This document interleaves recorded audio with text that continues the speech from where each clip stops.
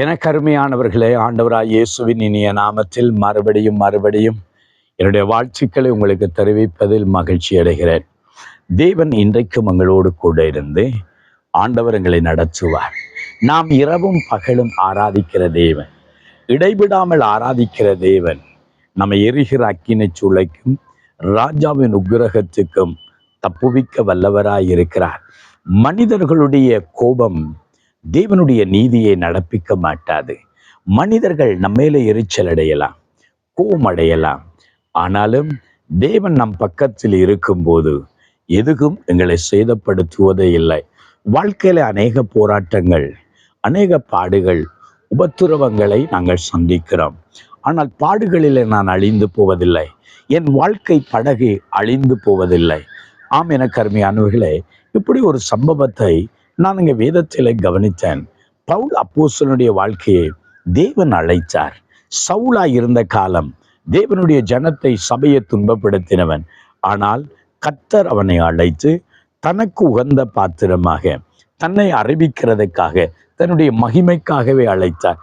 தேவன் அவனை அழைத்து அங்கே தேவன நோக்கத்தை நிறைவேற்றுகிற போது எருசலேமில் அவர் சுவிசேஷத்தின் நிமித்தம் கட்டப்படுகிறார், கைதியாக்கப்படுகிறார், சிறைக்கு போகிறார்.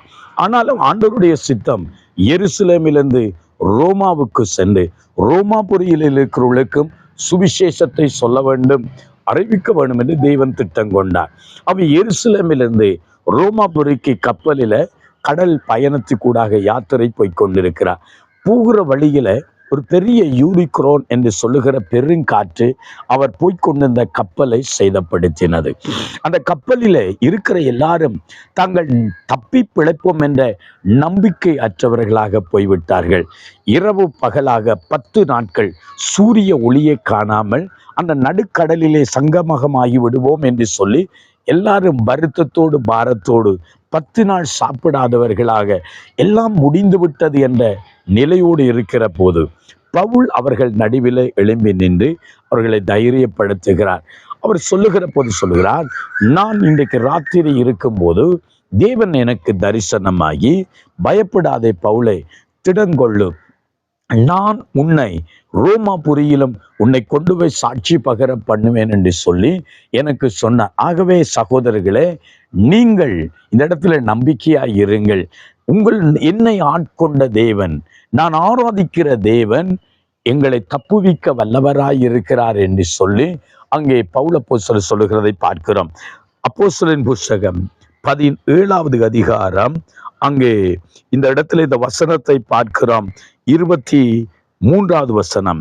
பவுல் அப்போஸ்தலர் சொல்லுகிறார், என்னை ஆட்கொண்டவரும் நான் சேவிக்கிறவருமாகி இருக்கிற தேவன், என்னை ஆட்கொண்டவரும் நான் சேவிக்கிறவருமாய் இருக்கிற தேவன், என்னை ஆட்கொண்டவர், என்னை அழைத்த தேவன், என்னை தெரிந்து கொண்ட தேவன், தாயின் கருவிலேயே என்னை உருவாக்கி என்னை வேறு பிரித்த தேவன், என்னை நடத்துகிற தேவன், என்னை தன்னுடைய கட்டுப்பாட்டுக்குள் வைத்திருக்கிற தேவன், தம்முடைய கரத்தினால் என்னை வைத்திருக்கிற தேவன், கரத்தில் வைத்திருக்கிற தேவன், என்னை ஆட்கொண்டவர், நான் ஆராதிக்கிற தேவன் என்று சொல்கிறார். ஆம், எனக்கு அருமையானவர்களே, உங்கள் வாழ்க்கையில பலவிதமான ஒரு புயல் காற்றோ சுழல் காற்றோ உங்கள் வாழ்க்கையை மோதிக்கொண்டிருக்கலாம்.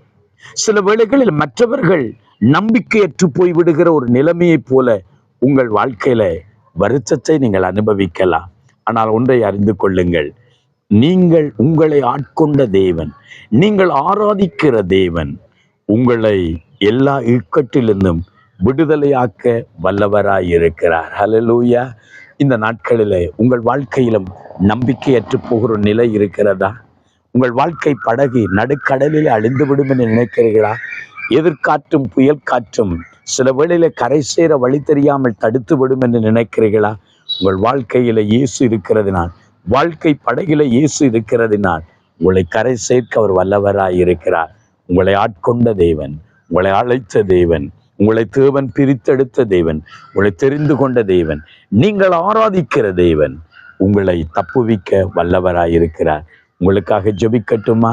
ஒரு வேளையில நீங்களும் கடல் பயணத்தை போன்ற வாழ்க்கை பயணத்திலே போராடி கொண்டிருக்கலாம், கொந்தளிப்பில தடுமாறி கொண்டிருக்கலாம், வழி தெரியவில்லையே, கரை சேரண்டு நினைக்கலாம். ஆனால் உங்களை காப்பாற்ற தெய்வனாலே கூடும். கண்களை மூடுவோம், ஜெபம் பண்ணுவோம். எங்களை நேசிக்கிற தகப்பனே, இந்த நேரத்தில் எங்களை ஆட்கொண்டவரும் நாங்கள் ஆராதிக்கிறோமாய் இருக்கிற தேவனே, உம்முடைய பிள்ளைகளை தேவன் எல்லா ஆண்டவரை கொந்தளிப்புக்கும் காப்பாற்றும்படி ஜெபிக்கிறேன். அவர் வாழ்க்கை படகு ஆண்டவரை அழிந்து விடாதபடி தேவன் உதவி செய்யும்.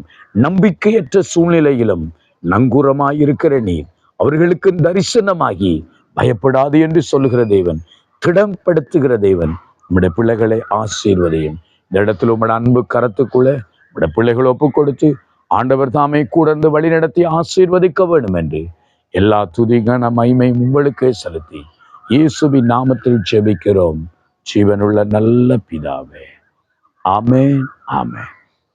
உங்களை ஆட்கொண்டவர், நீங்கள் ஆராதிக்கிற தேவனும் உங்களோடு இருப்பதனால் நீங்கள் அழிந்து போவதில்லை. கர்த்தர் உங்களை ஆசீர்வதிப்பார். ஆமென், ஆமென்.